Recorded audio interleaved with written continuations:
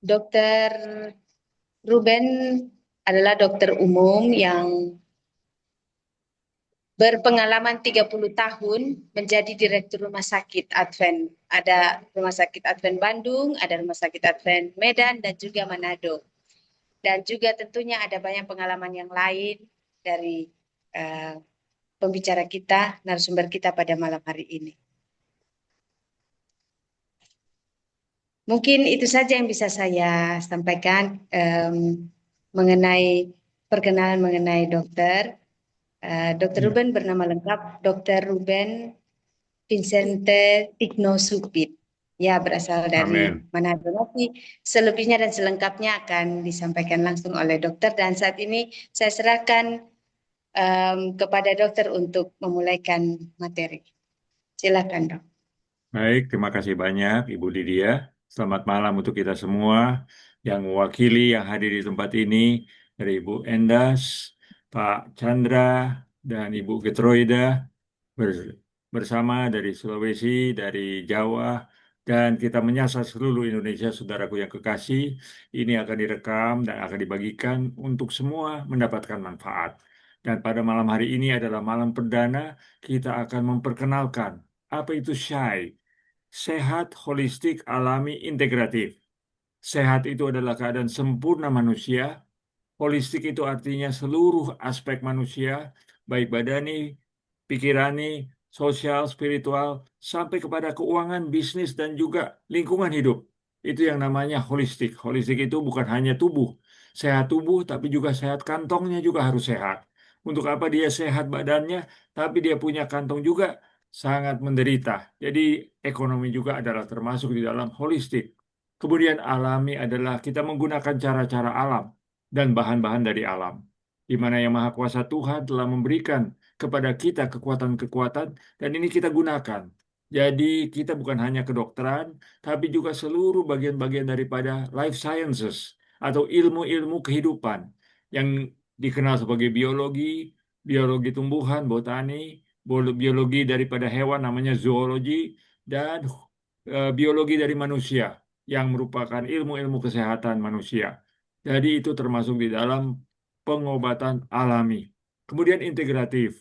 Integratif ini adalah penyembuhan yang menggunakan seluruh pelayanan yang ada pada saat ini. Dan saya membaginya atas dua, yaitu medis dan batra, atau tenaga kesehatan yang profesional dan pengobat tradisional yang pakar, yang menggunakan metode-metode kesehatan alami dan integratif.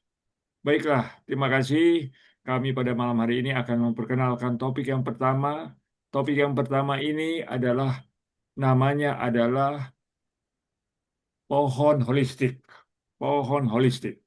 Jadi kalau saudara lihat di padang gurun yang luas, tidak ada pohon.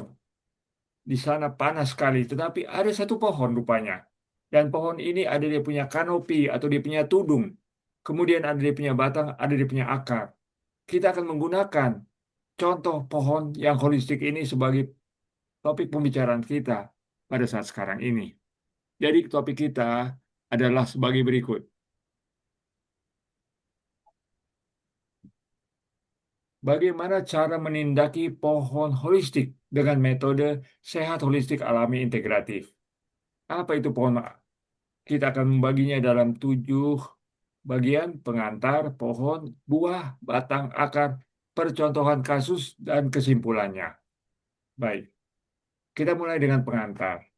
Jadi, saudaraku yang kekasih, kita melihat ada gambaran yang tidak lengkap, yang perlu diperbaiki. Apakah gambaran yang tidak lengkap yang perlu diperbaiki itu?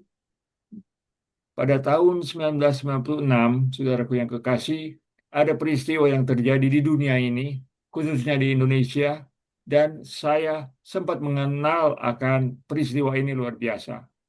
Pada tahun 97, saya berada di Medan, dan kalau sudah lihat gambar di sini adalah gambar daripada bangunan, daripada Pusat Kebugaran Kesehatan Alami Rumah Sakit Advent Medan.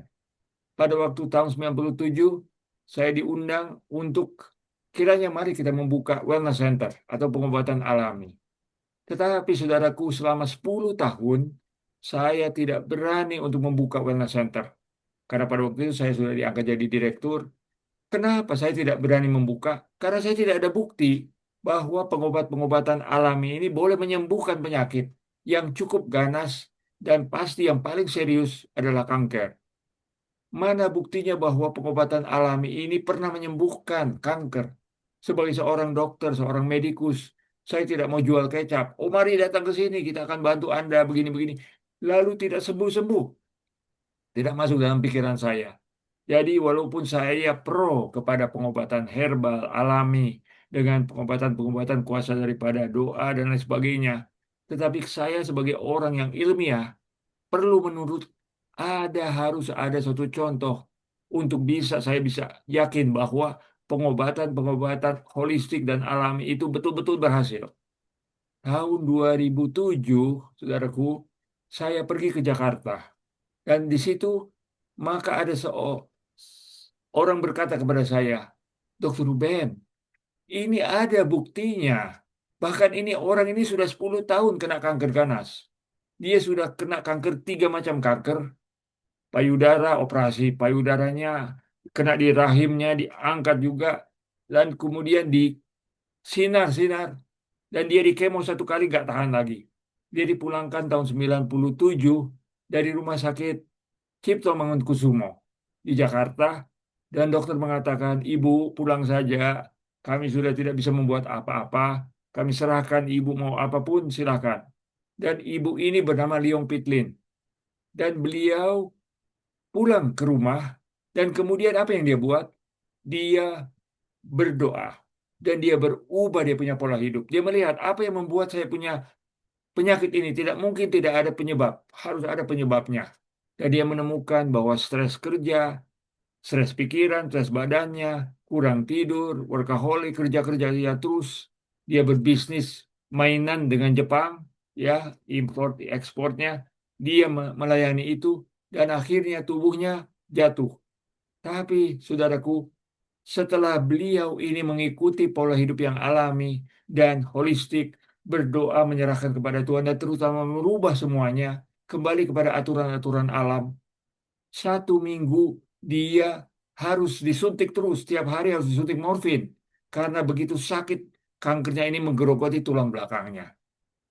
Tapi waktu dia mulai ngejus, dia bikin jus-jusan, dia jus juga banyak sekali karena dia tahu ini penyakit saya ini gawat. Kalau saya hanya lemah-lemah gemulai begitu, saya tidak bisa mengatasinya. Namun setelah dia berusaha, saudaraku, dia tiap minggu jus-jus, setiap minggu dia punya jus itu berhasil menurunkan rasa sakit itu, sehingga morfinnya dikurangi, setiap minggu dikurangi, dikurangi, dikurangi, akhirnya dia punya nyeri itu hilang. Maka dia tidak perlu morfin lagi, dia hanya ngejus-ngejus lagi. Dalam waktu 1 tahun, saudara, dia akhirnya berbalik.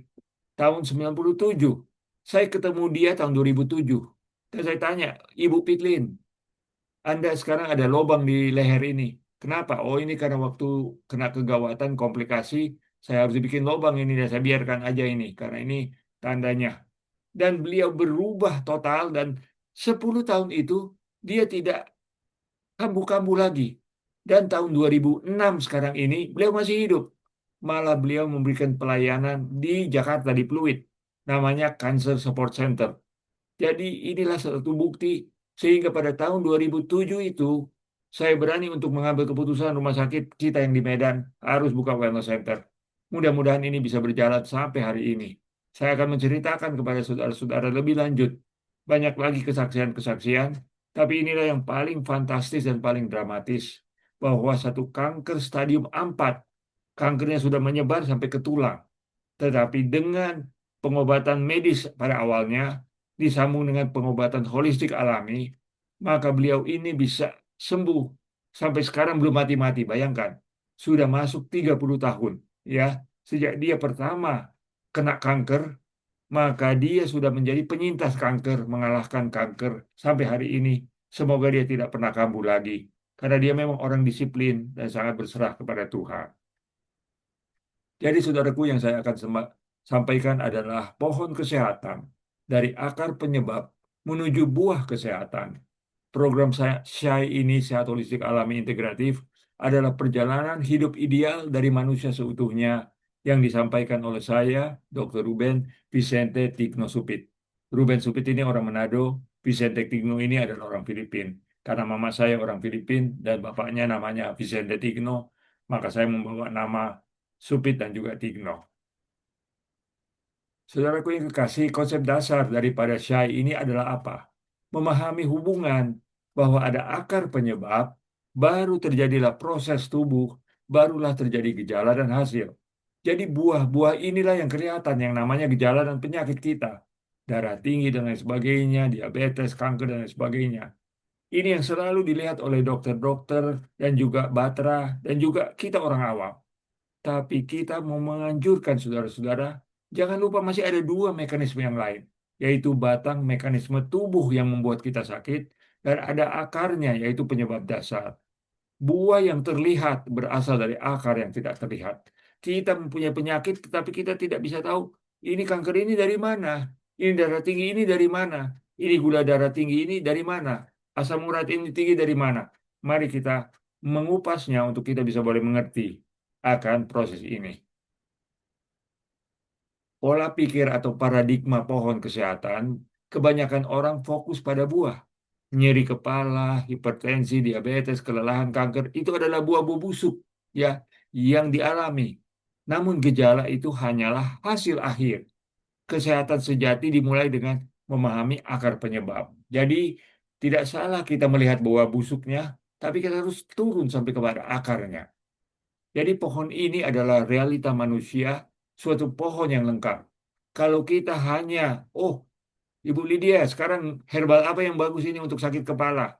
Itu hanya mengobati gejala atau buah-buahnya saja.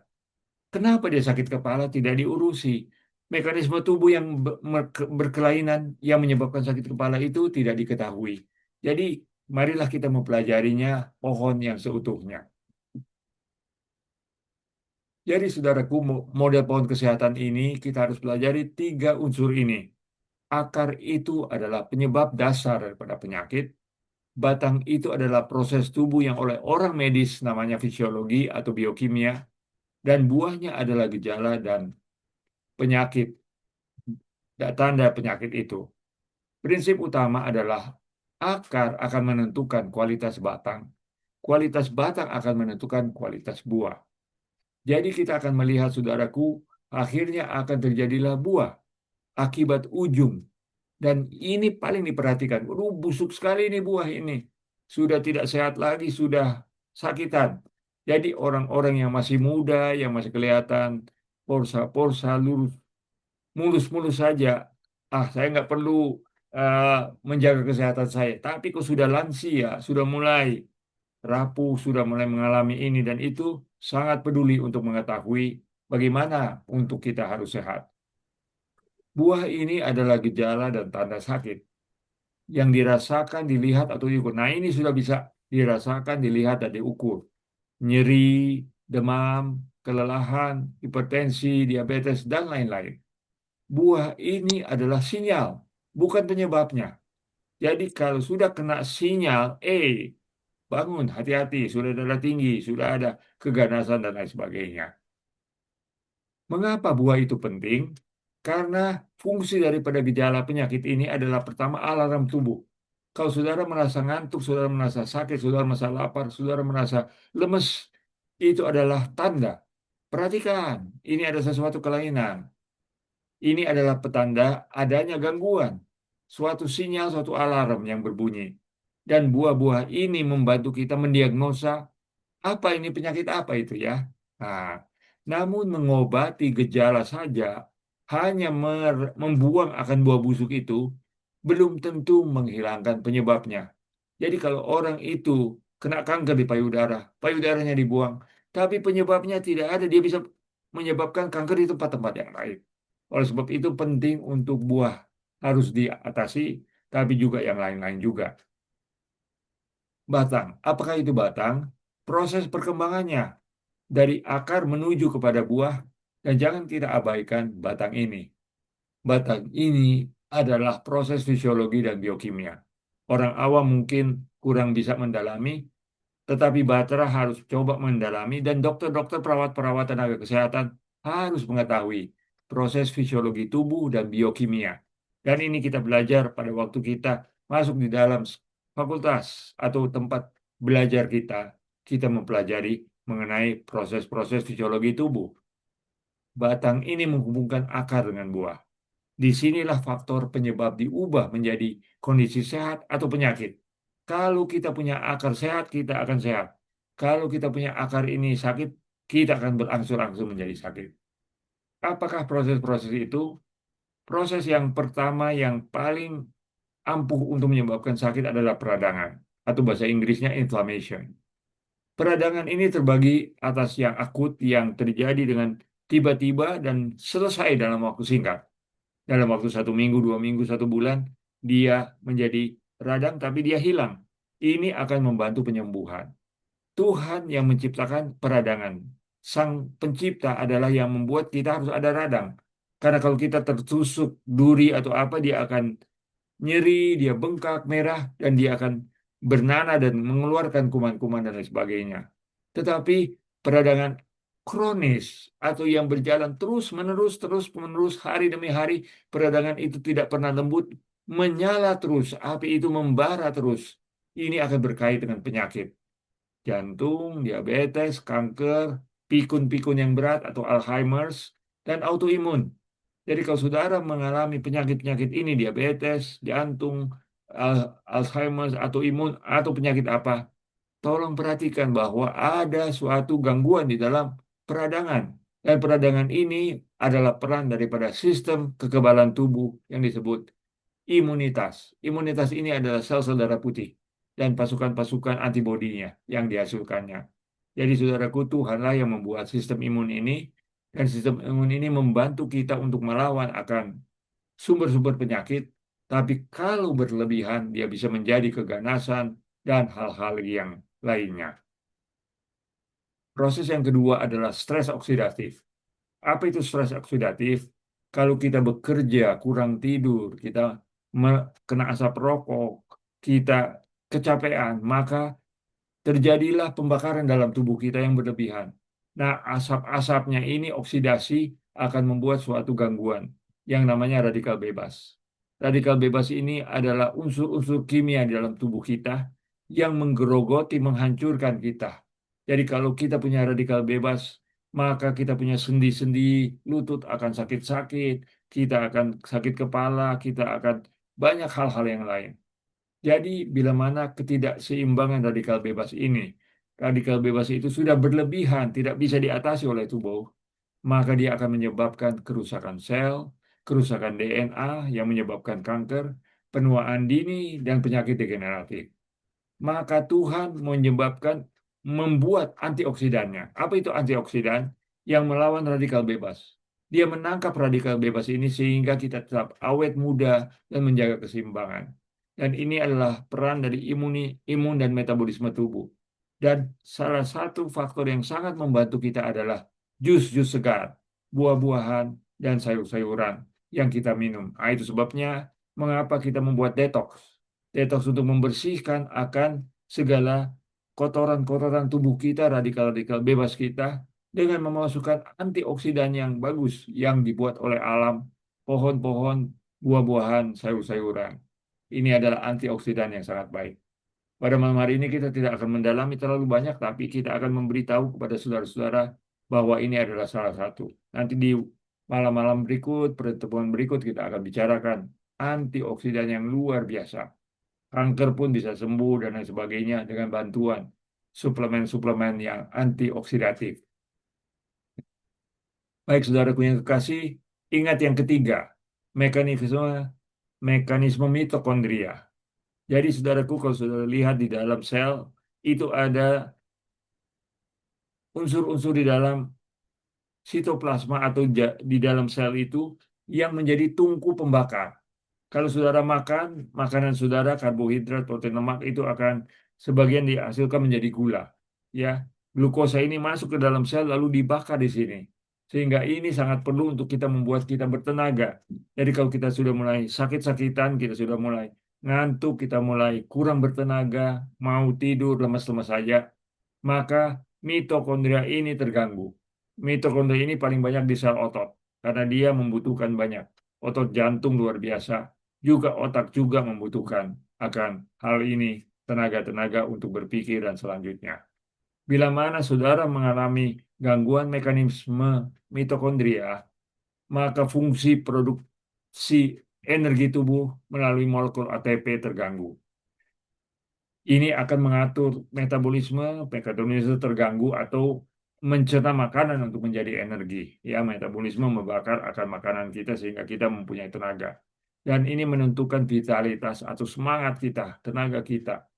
Bila mana saudara terganggu mitokondria, maka saudara mudah lelah, penurunan fungsi organ, dan penuaan lebih cepat.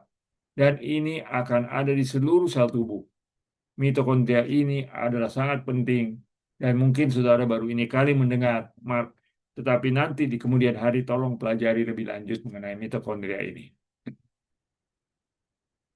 Kemudian 10 adalah mekanisme regulasi, hormon. Jadi yang bisa membuat kita menjadi sehat atau sakit juga adalah hormon. Hormon itu adalah bahan kimia yang disebarkan ke seluruh tubuh oleh kelenjar-kelenjar hormon.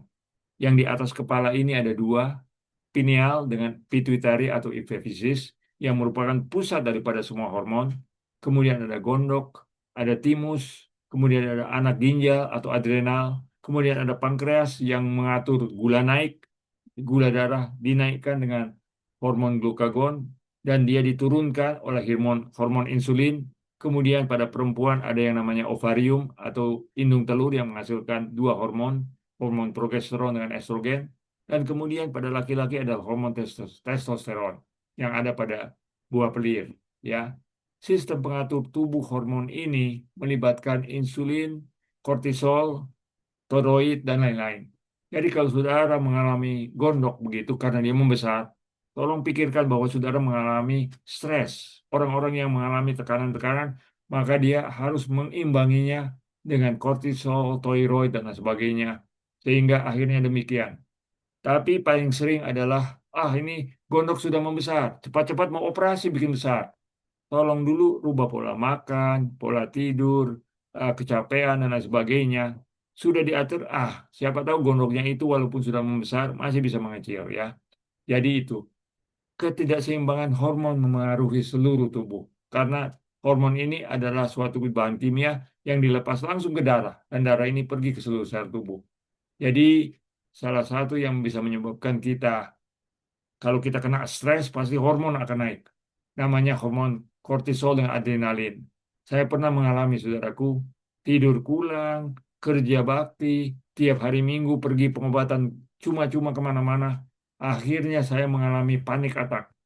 Saya punya jantung berdebar-debar, saya kurang bisa tidur, napas pendek, dan lain sebagainya. 6 bulan setelah saya beristirahat dan ini barulah saya sembuh daripada ini. Dan ini adalah gangguan hormon insulin. Demikian juga diabetes juga adalah gangguan hormon juga. Kemudian mekanisme yang lain adalah sistem imun. Nah, ini seperti COVID ya, penyakit influenza dan lain sebagainya. Bila mana sistem imun ini terlalu lemah, infeksi meningkat. Bila mana terlalu aktif terjadi alergi dan autoimun. Secara ideal harusnya responsnya tepat dan seimbang. Jadi sistem imun ini diciptakan oleh Tuhan yang Maha Kuasa. Tetapi kita harus menjaganya jangan terlalu rendah sehingga kita mudah kena infeksi, jangan terlalu tinggi sehingga kita alergi dan autoimun. Kemudian mekanisme yang berikut adalah kuman-kuman yang baik yang disebut mikrobioma yang fisiologis. Jadi ini adalah kumpulan atau ekosistem di dalam tubuh dari triliunan mikroorganisme. Saudaraku, di dalam tubuh kita ada triliunan sel. Tetapi di dalam usus besar kita ada kuman-kuman yang jumlahnya juga triliunan. Dan sebagian daripada mereka itu adalah kuman-kuman yang baik. Jadi kalau saudara makan dengan baik, makan yang benar, maka saudara punya kuman-kuman yang baik akan bertumbuh di dalam tubuh kita. Dan kuman-kuman yang jahat akan tidak bisa merajalela.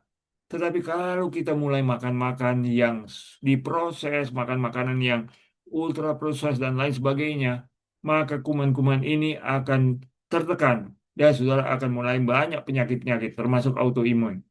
Jadi mekanisme mikroba ini dulu orang pikirkan, kuman-kuman semua itu jahat. Tidak, saudaraku. Kuman-kuman sekarang ini ada kuman-kuman yang bersahabat. Bahkan ada yang namanya Yakult. Dari Jepang sudah memproduksi akan Lactobifidus. Ya, mereka membuat kuman-kuman yang boleh dimasukkan di dalam susu dan mereka difermentasikan. Kalau kita makan, itu akan membantu membuat kuman-kuman yang baik di dalam tubuh kita. Dan kuman-kuman ini akan membuat ususnya sehat. Dan kalau ususnya sehat, saudara akan sehat. Jadi, mikroorganisme ini mempengaruhi pencernaan. Sehingga kita tidak diare, mencret-mencret, berak-berak. Ya. Kemudian dia mempengaruhi imunitas. Dia akan mempengaruhi metabolisme atau membuat tenaga dalam tubuh kita. Dia akan memproduksi vitamin ya. Vitamin K ini saudara tidak ada dibuat oleh tubuh kita, tetapi kuman-kuman yang ada di usus kita bisa menghasilkan vitamin K dalam jumlah tertentu. Dan kesehatan mental juga oleh karena usus kita. Jadi sekarang kita mengetahui bahwa kalau kita makan yang tidak sehat, usus kita tidak sehat dan tubuh kita tidak sehat, maka kita harus usus yang sehat dengan tubuh yang sehat. Yaitu kalau saudara diare sedikit, beli 1 botol Yakult, minum 1, 2, 3 botol sudah maksimum, sudah boleh. Kuman-kuman yang baik akan masuk ke dalam tubuh. Dalam waktu 1 jam dia akan berkembang biak menjadi juta-jutaan. Dalam waktu 1, 2 hari, kalau sudah ada diare karena oleh kuman-kuman yang tidak baik atau yang jahat dan jamuran di dalam usus kita, maka dengan mengkonsumsi Yakult ini sangat membantu. Saya tidak mempromosikan Yakult, tetapi saya sudah mengalami, jadi saya saksikan bahwa dengan menggunakan bahan-bahan yang terfermentasi, itu juga ada baiknya bagi tubuh kita. Sekarang akar penyakit. Apakah penyebab dari semua penyakit? Baik, saudaraku, orang bilang, saya tidak tahu kenapa saya sakit. Memang Anda tidak tahu, tapi semua penyakit ada 4 penyebabnya. Penyebab yang pertama adalah lingkungan yang tidak hidup, atau namanya lingkungan abiotik. Penyebab yang kedua adalah lingkungan biotik, atau lingkungan daripada makhluk-makhluk hidup. Penyebab yang ketiga adalah keturunan, atau istilah medis genetik dan epigenetik. Ya. Kemudian yang keempat adalah gaya hidup. Lingkungan abiotik-biotik ini mempengaruhi kesehatan kita, tetapi mereka tidak paling dominan. Keturunan genetik dan epigenetik ini juga mempengaruhi untuk membuat kita sakit, tapi itu hanya 5% maksimum 15% daripada penyakit. Tapi saudaraku yang kekasih, saya boleh menyatakan 70-80% daripada penyakit itu adalah gaya hidup. Karena apa yang kita punya kebiasaan sehari-hari yang membuat kita menjadi sakit. Mari kita buka. Apa itu lingkungan abiotik sebagai akar pertama? Itu adalah lingkungan fisik dan kimia. Ini tidak hidup. Tetapi kimia dan fisika ini bisa membantu.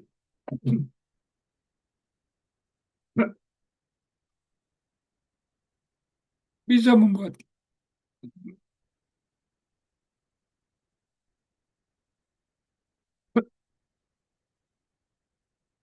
Saya punya suara hilang.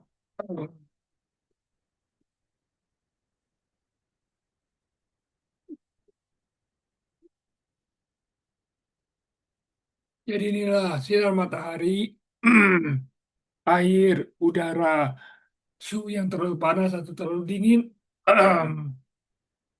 radiasi dan toksin. Jadi ini bisa membuat kita menjadi sakit, saudara. Tadi juga. Kemudian yang kedua adalah lingkungan biotik, yaitu mulai dari keluarga, komunitas, tumbuhan, hewan, dan mikroorganisme. Apapun yang ada sekeliling kita yang hidup juga bisa membuat kita sakit, namanya infeksi, saudara.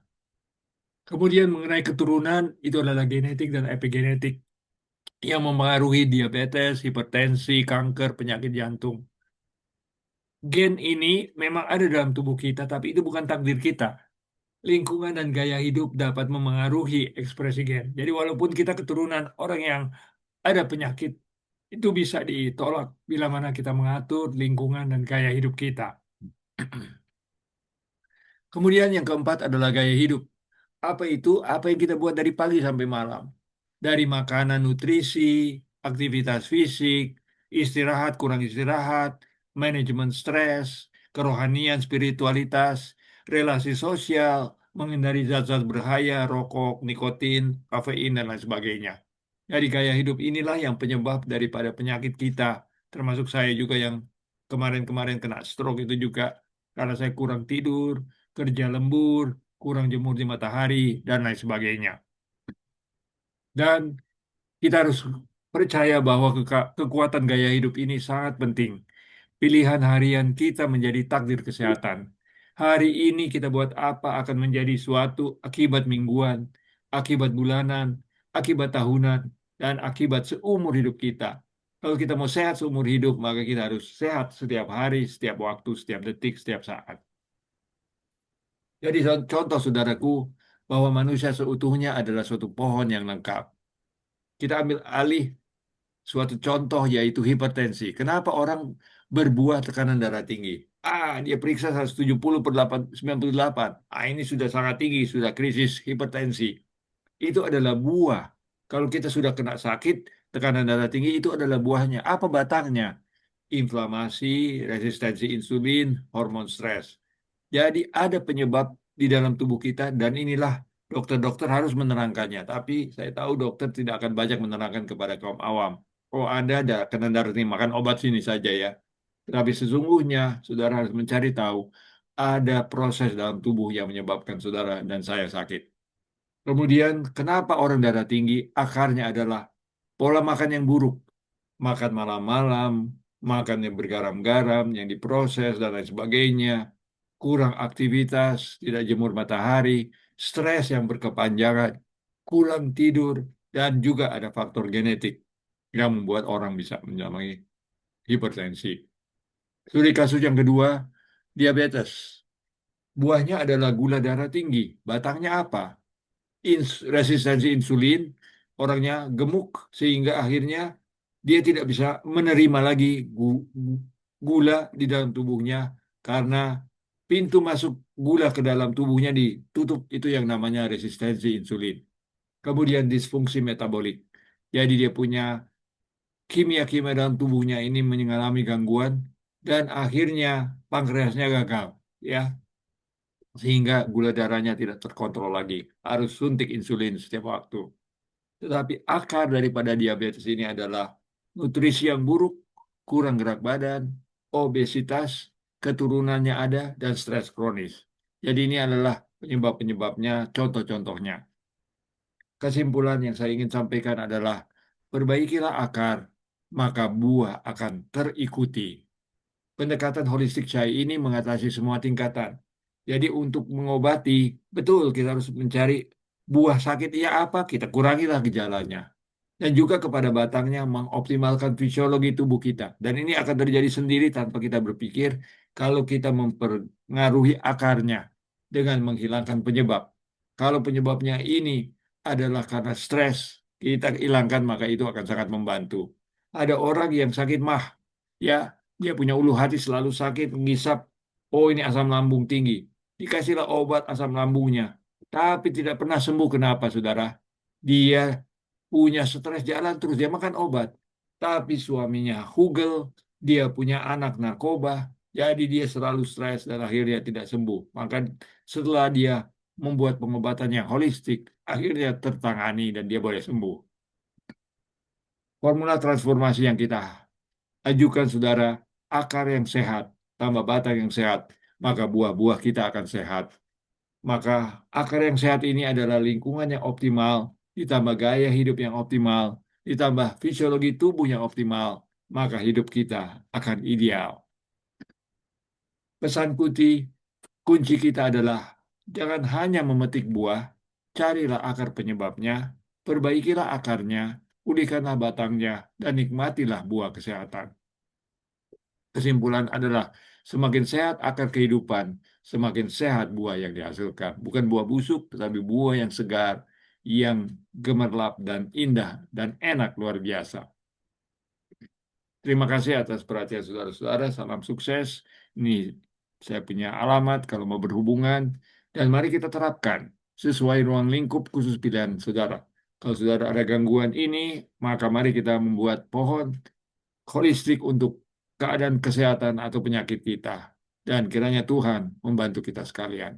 Terima kasih atas perhatiannya. Sekarang saya kembalikan kepada Ibu Lydia.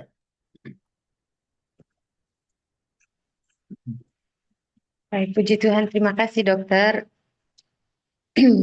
Dan terima kasih untuk semua yang sudah mendengarkan. Saat ini kita masuk ke ruang tanya jawab ya. Jadi dari materi yang disampaikan, bagi kita yang hadir, jika memiliki pertanyaan, kami memberikan kesempatan. Silakan. Selamat bergabung Ibu Pasongli, selamat malam.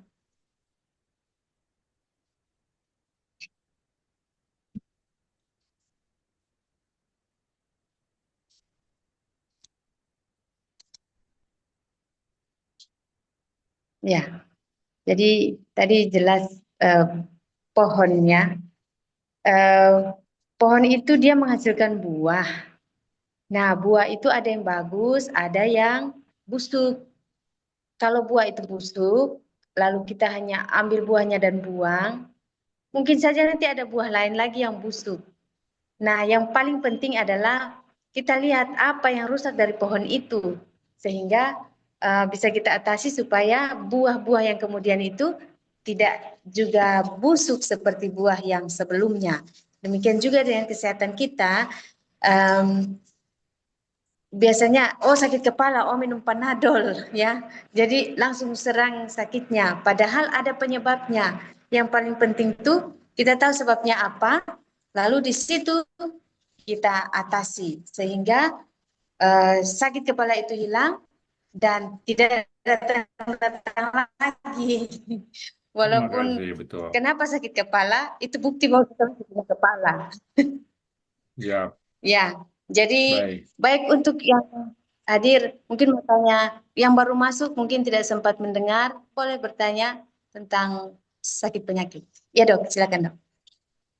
Baik, terima kasih. Jadi tadi Ibu Lydia sudah katakan sakit kepala. Penyebab daripada sakit kepala itu sangat banyak. Dan salah satunya adalah kurang minum saja. Kalau orang kurang dehidrasi, kuda ini atau kecapean, maka dia sakit kepala. Jadi kalau kita sakit kepala, istirahat. Kalau sudah capek, apalagi kita orang kantoran, orang guru, apa-apa semuanya, bisa seperti itu.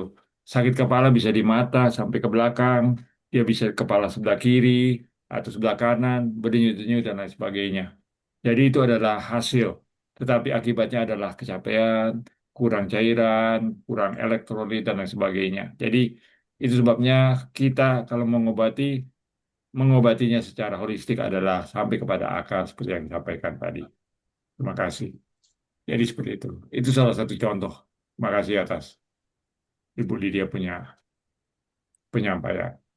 Baik. Saya mau bicara sedikit, Dok. Boleh, boleh, Bu. Silakan. Silakan. Eh, kalau yang saya lihat tadi, sepertinya memang kita harus menjaga akar. Kita Iya, harus menjaga, sama biasa yang saya dengar, kita mencegah lebih baik daripada mengobati. Jadi kita mencegah akar, jangan sampai akar kita diserang hama yang akhirnya membusukkan sampai buahnya juga busuk. Tapi betul. kebanyakan kita, apalagi kalau kita sudah usia 60 tahun ke atas, kadang bukan cuma satu buah yang sakit, dokter, yang Iya, rusak. betul. Jadi kadang satu saja yang rusak, sepertinya semua juga akan jadi rusak. Kita dapat diabetes saja, itu bisa masuk ke jantung, Ya, ya, masuk ke betul. hipertensi. Nah, bagaimana cara pengobatannya itu kalau sudah buahnya sudah begitu, dok? Ya, ya, ya. Oke, baiklah. Jadi, terima kasih kepada Ibu Enders. Jadi, penyakit ini akan berakibat dan berkembang dan meluas. Maka kita harus mengecilkannya karena sistem tubuh ini ada 11-12 sistem fisiologi tubuh kita. Kalau satu sistem rusak, dia bisa kena ke yang lain, akhirnya semuanya rusak. Dan akhirnya orang tidak bisa hidup lagi kalau dia punya sistem sudah semuanya rusak.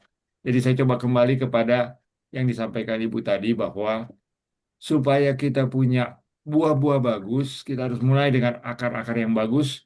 Dan walaupun kita tidak tahu batangnya atau mekanisme fisiologi, patofisiologi, atau kimianya di dalam tubuh kita, kita sebagai orang awam ataupun orang pengobat alami bisa mengatur akan pola hidup kita yang merupakan 80% penyebabnya. Dan itu sangat membantu sekali untuk kita bisa berbuah dan lain sebagainya. Saya memberikan contoh diri saya sendiri. Saya mengalami hipertensi yang tidak terkontrol karena memang saya tidak kontrol. Saya seorang dokter, tetapi saya menasihati orang untuk kontrol. Saya sendiri tidak. Sehingga saya berpikir demikian. Ini saya punya kesaksian untuk saudara-saudara boleh mengetahui, jangan sampai ikut sampai kena stroke dan hipertensi yang berkelanjutan. Pada waktu saya kena stroke 3 tahun lalu, bulan Maret tanggal 17, 200/100. Dan akhirnya lumpuh sebelah kiri, bicara pelok, dan ya seperti itu. Sebelah kirinya kena. Untung saya masih bisa bicara dan berpikir luar biasa. Kena di bagian tengah, bagian dalam ya. Kenapa saya bisa kena stroke? Padahal saya vegetarian. Seumur hidup ini saya tidak pernah makan daging ikan. Hanya telur, susu aja, es krim, pizza, keju, itu saja. Tetapi kenapa saya kena ini? Rupanya tensi saya naik. Dari waktu tahun 2017, 7 tahun sebelum saya kena stroke, ya, maka saya pergi ke Timor Leste. Di situ kita membuat pengobatan cuma-cuma. Ya, oke kita pergi ke gunung, ke Same. Ya, lalu di sana ada satu alat baru yang mengukur tensi tekanan darah di pergelangan tangan. Kecil, hanya ditaruh pergelangan tangan, lalu sudah bisa ketahuan. Dalam waktu 1 menit keluar, Dokter Ruben, Anda punya tekanan darah 170/100. Darah tinggi ini kan? Iya. Saya bilang, tapi saya nggak percaya itu. Karena itu alat itu baru, terlalu canggih dia. Kita harus pakai yang tradisional, yang dipompa-pompa itu. Kalau yang ini nggak betul. Jadi saudara, saya tidak percaya bahwa saya sudah 170. Karena tahun yang lalu saya sudah 150/90. Tapi 1 tahun kemudian sudah 170/100. Saya tidak percaya itu. Pulang ke Bandar Lampung. Nah, kebetulan pada waktu itu adalah Ramadan. Teman-teman kita yang ber- beragama Muslim tidak transfusi darah, maka kami menyumbang darah dari Rumah Sakit Advent Bandar Lampung. Kita kumpul semuanya. Tahun lalu saya sumbang darah, tapi tahun ini perawat PMI periksa, dokter tahun ini nggak bisa menyumbang darah karena dokter punya tekanan darah 170/100. Ah, saya bilang, kalau perawat ini yang bilang, saya percaya. Tapi kalau alat itu saya nggak percaya. Jadi di situ saya tahu bahwa saya sudah 170/100. Tapi karena anggap enteng, ah, saya nggak rasa apa-apa, rasa enak kok gini-gini. Hanya kalau naik tangga saya terengah, itu aja. Dan pusing kalau terlalu cepat naik-naik itu. Jadi saya tahu bahwa saya sudah ini, saya tidak bikin apa-apa. Nanti 6 tahun kemudian dari tahun itu 2023, saya pergi ke Amerika, hadiri perkawinan daripada anak dari adik saya. 1 minggu di Amerika, kena stroke. Aduh, luar biasa, sakitnya luar biasa. Dan pada waktu saya di emergency, saya lihat langit-langit putih dan lampu putih. Saya bilang, Tuhan, kalau saya mati, ambillah, masukkan saya ke sorga. Jangan sampai saya enggak. Tapi kalau Tuhan memberikan saya kesempatan hidup, tolong sembuhkan. Kalau enggak sembuhkan, saya akan berbalik. Di situ saya bertobat sungguh-sungguh. Pada waktu saya masih sehat, saya masih suka makan es krim, saudara. Es krim kalau enggak 2 piring, saya enggak puas. Walaupun itu saya makan, senang sekali makan yang manis-manis dan lain sebagainya. Kalau pizza saya nggak bisa makan yang 1 potong. Paling tidak 2-3 potong atau seluruh daripada bulatan itu habis. Keju saya paling suka dan sebagainya. Dan tidur tidak pernah. Bangun-bangun malam, kerja lembur. Kerjaan ini pikiran, stres, badan stres, tidak pernah jemur matahari, tidak pernah olahraga. Direktur rumah sakit masuk dari jam 7 pagi sampai pulang sore di ruangan ber-AC, stres kerja dan sebagainya. Jadi akhirnya saya tahu bahwa ini semua terkait dengan jabatan dan pekerjaan. Kalau saya sudah mengatasi sebelumnya, pola hidup saya rubah dan lain sebagainya, maka saya tidak akan itu. Jadi seperti yang Ibu Endas katakan, kita harus berusaha sebelum terjadi preventif itu lebih baik. Kita dokter-dokter menginginkan agar kita jangan sampai sakit. Tapi kadang-kadang nafsu makan kita, nafsu kita untuk kerja, cari uang dan lain sebagainya, prestasi kita, prestasi kita, ancaman-ancaman, tugas-tugas dari atasan-atasan kita, kita mau laksanakan, kita melalaikan hukum-hukum alam, sehingga akhirnya kita menjadi tidak sehat. Jadi rumus yang pertama adalah mari kita menjaga akar kita dengan berpola hidup yang sehat, makan dan minum yang sehat. Kemudian yang kedua adalah apakah saya sembuh? Terima kasih. Pada waktu saya kena stres, saudaraku, kita kena stroke ya. Dalam waktu 1 jam saya udah sampai di rumah sakit. Dan pada waktu di rumah sakit dalam waktu 1 jam udah selesai di CT scan. Dalam waktu 1 jam berikutnya saya sudah diteteskan obat untuk penghancur kolesterol atau gumpalan yang ada di dalam kepala saya. Wah, semaksimal mungkin walaupun masih ada sisanya. Dan dalam waktu krisis, pengobatan itu harus pengobatan konvensional. Harus ke rumah sakit, harus lihat medis, harus ada dokter dan lain sebagainya. Tetapi setelah saya pulang dari rumah sakit, saya mengobati dengan pengobatan alami. Tidak mau lagi makan malam, tidak lagi mau makan-makan yang goreng-goreng dan lain sebagainya, pergi ke restoran dan sebagainya. Tidak mau. Kita mau ngejus, makan buah-buahan.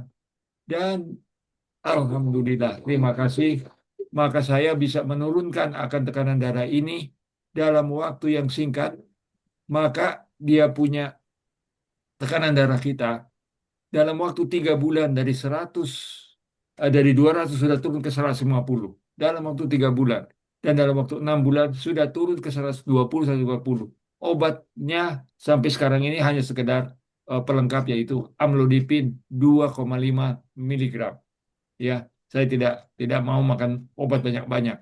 Yang waktu dikasih 10 miligram dipotong jadi 5 miligram, sekarang dipotong setengah lagi jadi 25.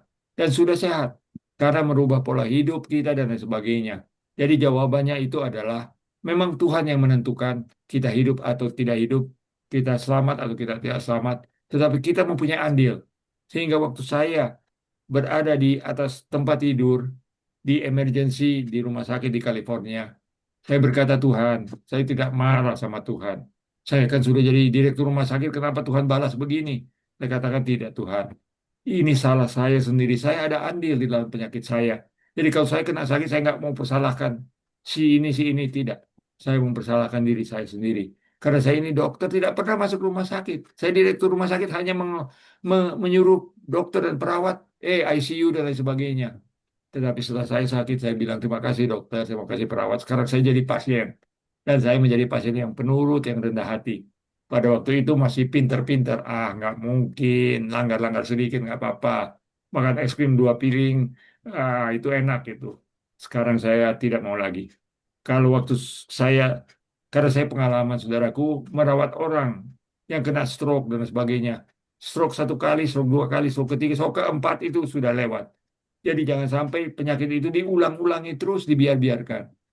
Kalau kita mau mengatasi akan penyakit kita, kembalilah ke akar kita, kembalilah kepada kodrat kita, kembalilah kepada asli yang Tuhan telah buat. Makanan kampung lebih bagus. Daun-daunan, daun kelor, daun gedi, tinutuan, dan lain sebagainya. Daripada makanan yang diolah-olah, dibuat-buat, dimasukkan plastik, ditaruh bumbu, dan lain sebagainya. Jadi memang saya punya kesaksian adalah kita sakit kebanyakan itu andil kita sendiri. 80% adalah pola hidup kita. Tapi kalau kita mau sembuh, andil kita juga besar. Dengan kuasa Tuhan dan kuasa alam, bantuan dokter-dokter manusia lain, kita akan bisa sembuh. Jadi kalau kita membiarkannya, ya seperti yang Ibu Endas tadi katakan, kita akan bisa menjadi lebih parah. Ya, dan akhirnya sampai kepada point of no return atau kerusakan permanen. Kalau ini bagian otak ini sudah mati, dia tidak bisa dihidupkan lagi. Memang bisa dicarikan cabang-cabang di pinggir-pinggirnya. Tetapi benda yang sudah mati itu hanya Tuhan yang Maha Kuasa yang boleh menghidupkan. Jadi jangan sampai kita sampai kepada batas yang tidak bisa disembuhkan. Marilah sebelum kita sakit, sedikit sakit sudah ada tanda, cepat kita tangani. Dan jadilah orang yang rendah hati dan dengar-dengaran, penurut, maka hasil itu akan baik. Terima kasih banyak atas pertanyaannya dan semoga boleh menjawab. Dan di sini saya Terima senang kasih, juga Dok. ada. Iya, makasih Bu. Terima kasih. Iya, saya senang juga ada Dokter Marlin. Ya, Marlin Keke. Selamat bertemu teman sejawat dan saudara-saudara yang lain. Shalom, Dan Dok. iya, Apa kabar? Di mana ini, Bu? Maaf dok, saya baru pulang lah habis kerja jadi terlambat Oh, ikut. iya nggak apa-apa, nggak apa-apa. Terima kasih. Ini baru Jauh awal. beliau dok di Morowali. Oh, Morowali. Amin, amin, amin. Kemenakan Terima dok. kasih. Gambarnya maaf dok nggak bisa keluar gambar. Oke, oke. Yes, Kelihatan juga. Makasih. Iya, senang iya. bertemu juga dok. Terima kasih untuk kesaksiannya. Siap, siap. Nanti Dokter Marlin boleh membantu ya jadi asisten kita. Karena kita mau Yes. bikin sehat seluruh Indonesia. Amin Mulai amin. dari diri kita. Iya, iya. Makasih. Saya juga senang karena Bapak Sahat di sini ada bersama-sama dengan kita. Bapak Sahat juga mirip kayak saya juga. Saya baru baca dia punya kesaksian tadi pagi. Pak Sahat Sihaan ini pergi ke California juga dan mengalami gangguan alergi autoimun, ampun, seperti itu ya. Dan beliau sembuh karena dia berbalik kembali kepada makanan-makanan alami. Ya, jadi itulah salah satu bukti bahwa kita sakit oleh karena kita tidak alami. Teknologi tinggi, canggih-canggih. Memang hebat kita bilang, wah ini MRI, CT scan hebat-hebat. Tetapi kita bisa sembuh dengan cara-cara yang baik. Izin Pak Sahat boleh ceritakan singkat ceritanya bagaimana dengan merubah pola hidup bisa menjadi kembali sehat. Terima kasih Pak. Salam untuk Bapak di Bogor ya. Kebetulan sekarang lagi di Jakarta. Amin, amin. Siap, siap. Ya, Baik, jadi baik. kesaksian saya memang udah saya tulis sedikit ke Dr. Ruben dan Iya. Dr. Ruben minta saya ceritakan sedikit. Jadi tahun 95 kami berkesempatan pergi ke Amerika keluarga. Seperti biasa di sana kita kerja, sangguplah beli makanan yang kita suka gitu. Dan memang kita nikmati di sana makanan yang melimpah karena murah-murah kita rasakan ya. Dengan gaji kita kerja di sana bisa kita beli daging, ikan, proses food, segala macam. Itulah yang bikin kita senang makan-makan di sana. Dan akibatnya setelah beberapa tahun satu persatu penyakit datang dan setiap saya ke dokter ada resep yang baru.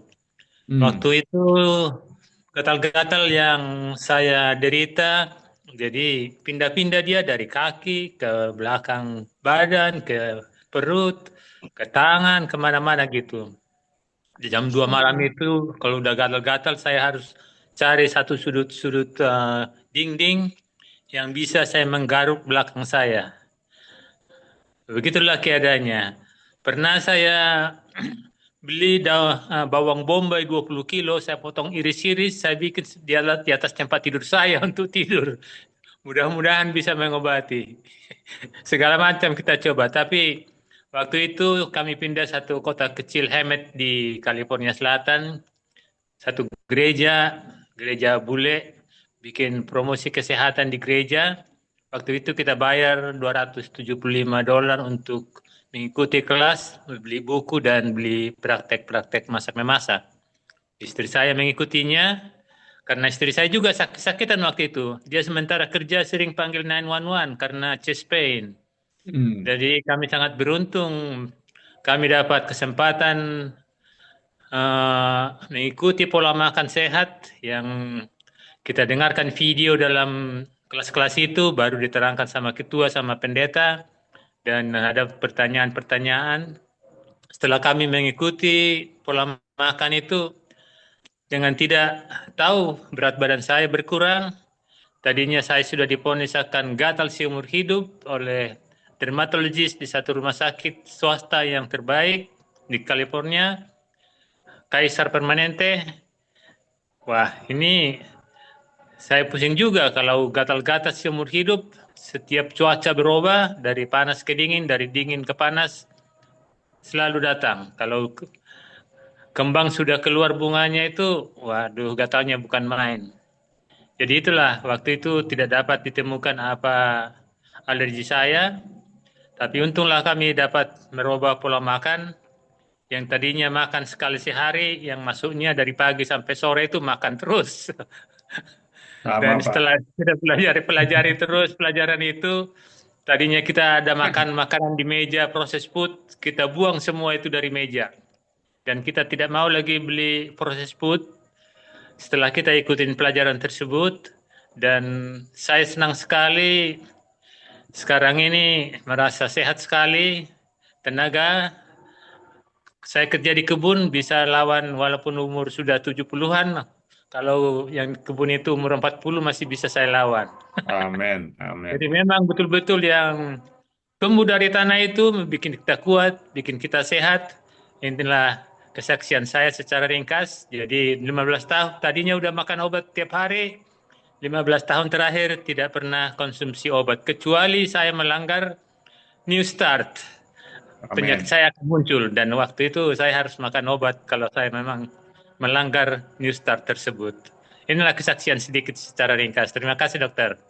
Terima kasih banyak Pak Sahat Siaan. Jadi benar sekali saudaraku yang kekasih, saya juga mirip dengan Pak Sahat. Saya vegetarian tapi saya makan 1 kali sehari. Makan pagi sampai malam tidak berhenti-berhenti. Habis makan pagi, orang datang bawa cucur, panada, apa, makan, makan, makan.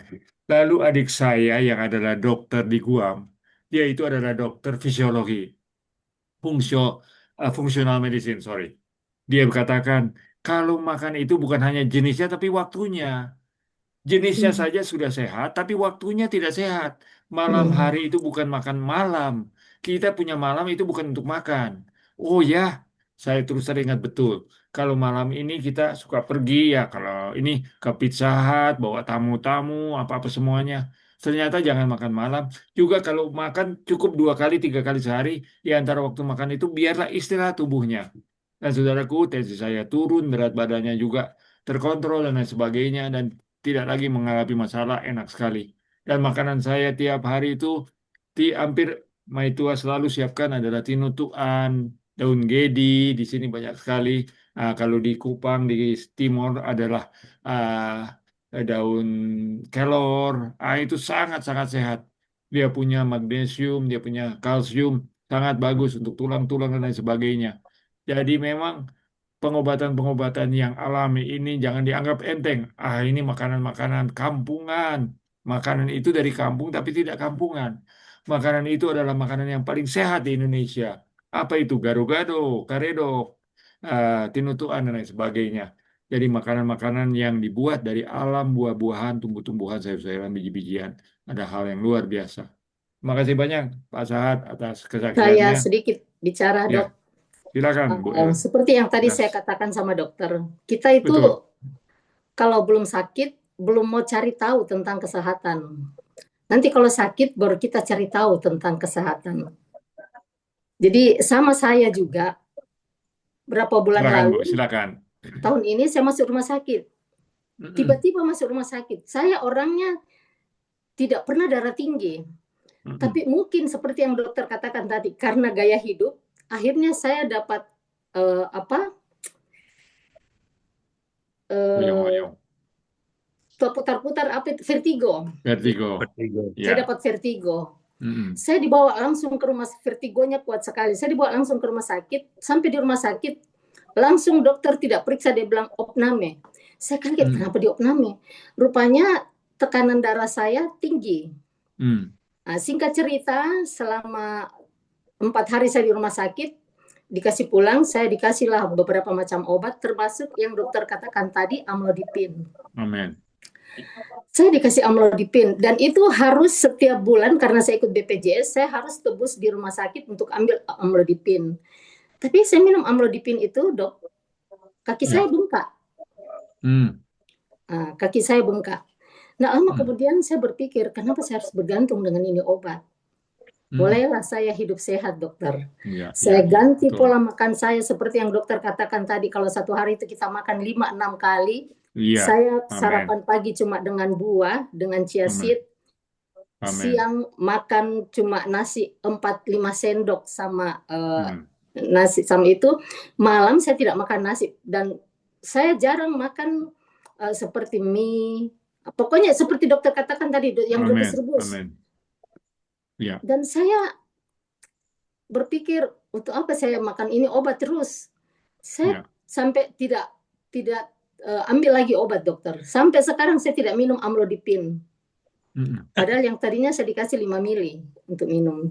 Dan sampai sekarang karena hidup sehat, badan saya jadi agak turun, olahraga, kena matahari, itu yang saya lakukan hidup sehat. Dan memang seperti dokter katakan, kita harus kembali ke pohon akar yang sebenarnya. Amin, Jadi amin. apa yang dokter katakan, apa yang Pak Sahat katakan itu betul sekali karena saya sudah alami. Ya, makasih dok. Terima kasih, sangat benar sekali, Bu. Sangat benar. Ibu sudah mengalaminya, saya mengalami, saya kuatkan. Karena memang kita harus makan pada waktunya, jenisnya, dan juga waktu makannya harus makan benar-benar. Saya sudah melihat bahwa itu benar. Dan Maaf saya, dok, saya tambah lagi. ya, Dan jam silakan. makan diusahakan jangan berubah. Jangan Ya, kita ya, makan siang jam 1. Besoknya kita makan siangnya jam 3. ya, ya, ya. Harus Amin, tetap amin. dan usahakan jam makan malam itu jangan lewat jam 7 malam. Puji Nah, Tuhan. itu Sama. sekarang yang saya lakukan. Jadi puji Tuhan karena Amin. diatur. Karena memang yang saya pikir begini, Tuhan kan sudah ciptakan siang dan malam. Kalau Ya, siang memang waktunya kita bekerja, ya, malam betul, sudah masuk itu seharusnya tidak betul. bekerja lagi, kita harus istirahat. Amin. Iya. Amin, amin. Terima kasih banyak, terima kasih banyak. Saya sangat paham. Dan itulah yang saya punya istilah sehat, holistik, alami, integratif. 3 kuasa. Kuasa Tuhan, kuasa alam, dan kuasa manusia digabungkan bersama. Waktu saya buat konsep ini, saya ambil dari mana-mana, seperti yang Ibu sampaikan. Ternyata saya masukkan di internet bahwa orang Bali punya filosofi juga itu. Kuasa alam, kuasa Tuhan, dan kuasa manusia. Namanya apa itu bahasa bahasa Balinya, bahasa Sanskerta mereka. Tapi saya bilang ini benar karena kita punya kuasa yang bisa menghidupkan, menyembuhkan kita itu Tuhan nomor 1. Baru yang kedua adalah tubuh kita dan alam sekitarnya akan membantu kita.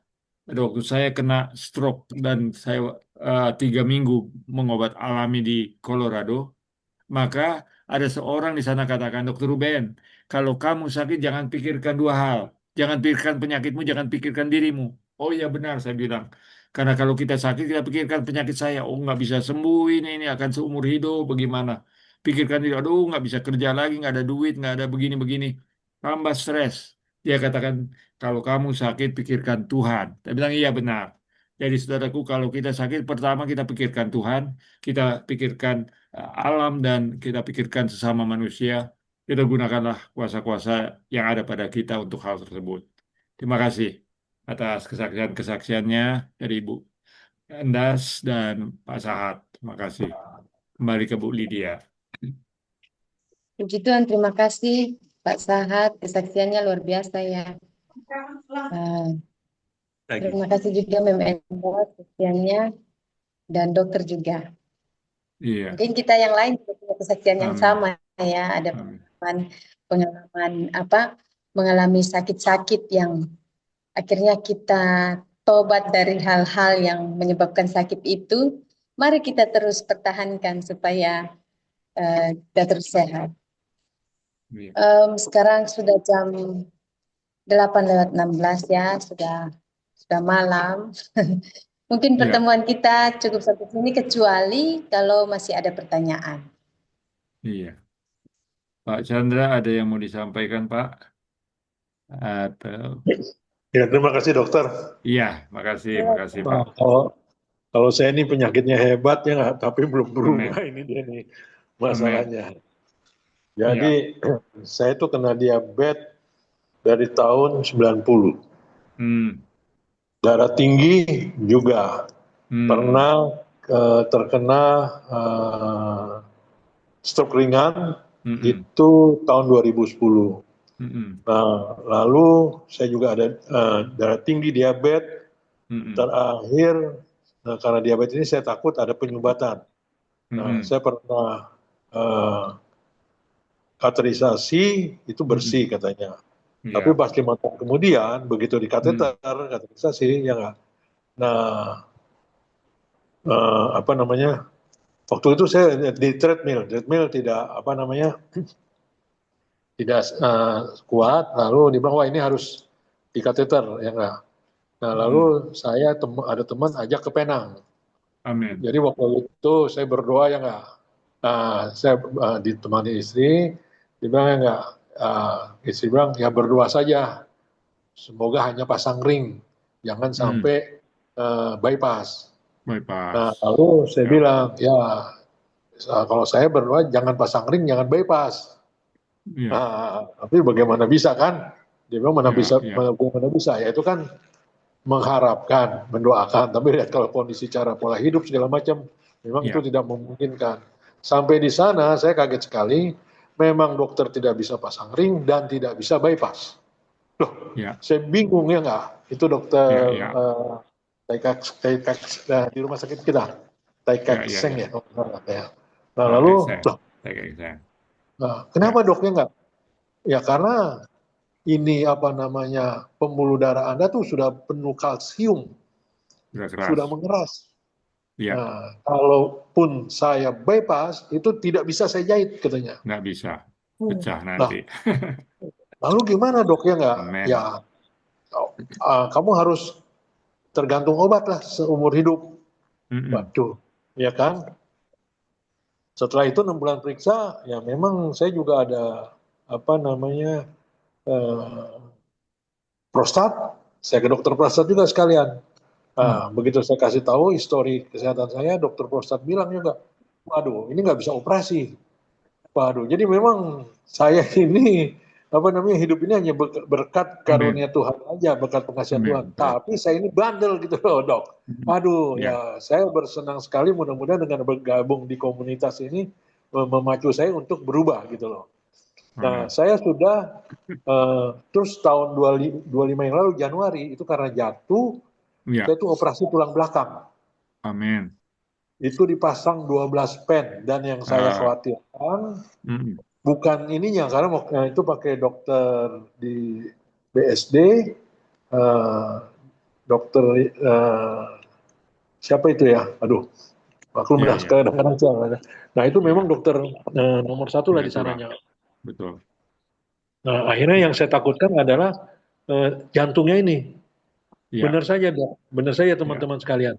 Hari Senin saya masuk rumah sakit, Selasa pagi jam 7 operasi, itu sampai 5 jam itu. Nah, lalu hari Selasa masuk kamar perawatan, Rebo sore serangan jantung. Waduh. Aduh, cilaka itu ya nggak.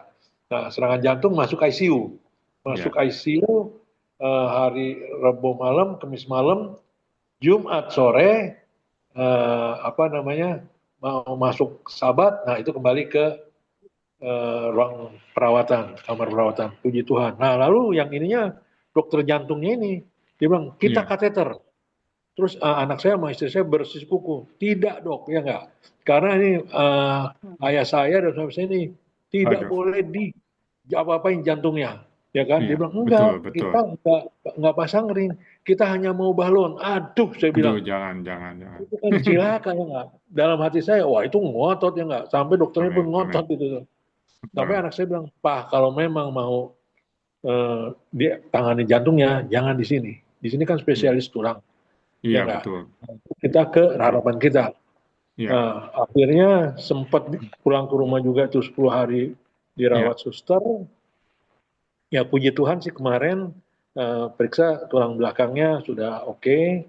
Nah ini sekarang saya bilangnya saya menghindar. Saya bilang saya bukannya tidak makan. Saya menghindar sapi, menghindar kambing, menghindar ayam. Jadi makannya ikan sama sayur-sayuran. Nah, cuman masalahnya gorengannya ini. Baru hari ini ya nggak, saya pikir ya nggak, stop lah gorengannya. Nah, mudah-mudahan ini memang itu yang sangat berat sekali dan juga ngemilnya itu. Dan pola makan, pola apa namanya, pola tidur, dengan apa New Start itu memang tidak diikuti, banyak yang tidak diikuti. Ya nggak, ya. Mudah-mudahan ya nggak. Saat ini teman satu angkatan waktu di UNAI, dia bilang dia berkali-kali kesaksian, tapi keinginan ada, pelaksanaannya itu yang masih apa namanya menjadi tantangan. Ya, jadi saya berusaha semaksimal mungkin ya memang kita memang benar apa yang dokter kasihkan bahan-bahan presentasi itu, dan memang itu yang harus dilakukan, ya kan?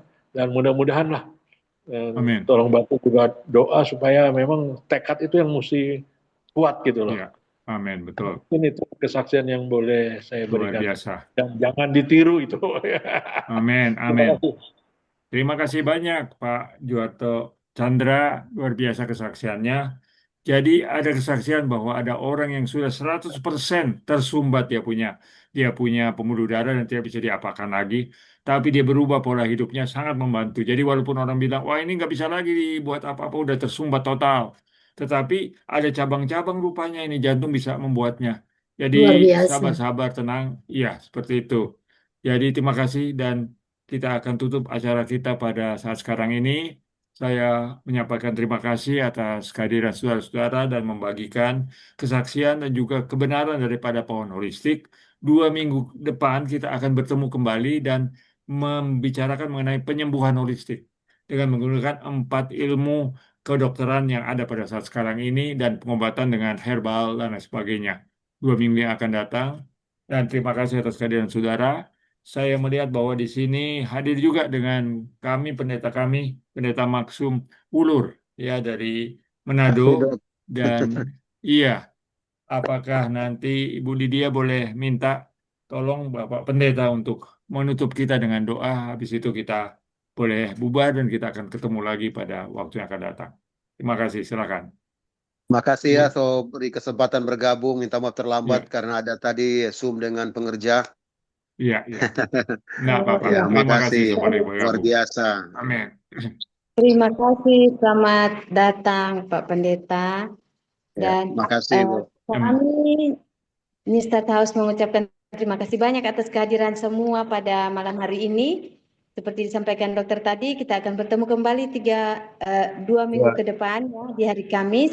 Dan kami tetap mengundang, kami berharap yang hadir saat ini akan hadir dengan membawa keluarga dan teman-temannya. Supaya kita sama-sama boleh hidup sehat. Saya juga mau menyapa Dokter Marlin, terima kasih sudah hadir. Selamat malam, salam kenal dokter. Lalu ada Ibu atau Bapak Kalangi, ya. Iya. Terus Ibu Elizabeth Sari, selamat malam, Pak Sahat, Pak Juan, Pak Chandra tadi, terima kasih banyak kesaksiannya. Ibu Afrelin, Sri Putri. Ibu Afrelin itu Terima menantu kasih saya. banyak. Oh, kasih. Terima kasih Oh, banyak. baik, terima kasih. Dia Amin, jauh di amin. Tomala sana. Oke, makasih. Salam-salam Oh, semuanya. malah ya. Terima kasih. Terima kasih banyak. Ya. Baik, minta kesediaan Pak Pendeta Maksum Ulur untuk menutup dalam doa. Bisa kita berdoa ya. Kita satu dalam doa. Puji dan syukur, terima kasih Bapa di surga, Allah yang sungguh kami percayai, yang selalu mengasihi kami. Di waktu kami telah berbincang-bincang dalam kesehatan, apa yang kami telah dengarkan tadi lewat kesaksian menjadi berkat untuk kami tetap yakin kepada Tuhan sebagai penyembuh yang ajaib, sehingga segala sesuatu yang kami lakukan menjadi berkat untuk kami. Bila mana Tuhan kami bermohon kepadamu, Tuhan tahu kan kebutuhan kami, dan bila mana kami bergumul, pada waktu kami berdoa kepadamu, kami sangat yakin Tuhan sediakan telingamu untuk mendengarkan seruan doa-doa kami. Bila mana sakit kami derita ya Tuhan, ampunilah kami dan tolonglah kami supaya kami dapat kesehatan. Diberkati oleh Dr. Supit yang memimpin dan juga memberikan acara terbaik pada malam hari ini. Diberkati sahabat-sahabat di dalam komunitas yang telah berkumpul pada malam hari ini. Bila kami bubar ya Tuhan dalam Zoom pada malam hari ini, maka kami diberikan kuasa sehingga di hari-hari kehidupan kami akan selalu bersyukur kepada Tuhan sebab Engkau tetap sama dan tidak pernah berubah, yang selalu memberkati kami. Terpuji-pujilah namamu ya Tuhan. Terima kasih. Di dalam nama Yesus kami sudah berdoa dan bersyukur kepadamu. Amin. Amin. Terima kasih banyak. Kita boleh foto dulu ya. Foto dulu ya. Ya, boleh. Silakan. Buka kamera. Iya, siapa yang bisa buka kamera? Wah, terima kasih. Iya. Amin. Iya. Terima kasih sudah. Oke, selamat malam. Iya, selamat malam untuk kita semua dari Selamat malam. Kalditan, dari Manado. Ya, makasih ya. semuanya. kasih Terima kasih banyak. banyak, Bisa. dokter. Iya, Terima iya. kasih semuanya. Makasih Keke, Tuhan semua. berkati. Keke, email Ibu dan Temi, Bu ya, Endas. dokter. Pak Terima Rin, kasih iya, banyak, iya. dokter. Terima Sama-sama, kasih. Selamat Eh, malam. Endas, Pak Selamat Tato. Terima malam kasih semuanya, Pak Iya, iya, Sahat, Pak Chandra. iya. Terima kasih. Terima kasih Terima Sama-sama. kasih. Ya, terima kasih. Terima kasih, Amin, Pendeta Dok. Lulur, amin. terima kasih Pendeta. Iya, Ya, sama-sama. Tuhan Tuhan berkati berkati semua. kita semua. Sehat-sehat ya semua amin, ya. amin. Amin. Terima Salam kasih. sehat Iya, untuk iya. kita semua. Salam-salam. Sampai jumpa. Oke, Iya, makasih Pak Dokter Ruben, iya, makasih Pendeta. semua ya. Ya, makasih God semua. bless. God bless, Tuhan berkati. Amin, amin. Sampai jumpa lagi. Iya, Pak Sahat, makasih kesaksiannya. Sudah disaksikan. Terima kasih banyak, dokter. Nanti dibuat bukunya. Iya, iya. Oke. Bukit Troida, makasih banyak. Terima kasih. Lydia, terima kasih. Terima kasih ya, Oke, Dok. oke. Iya, iya, iya. Makasih. Ya. Oke, Dan. Iya, makasih.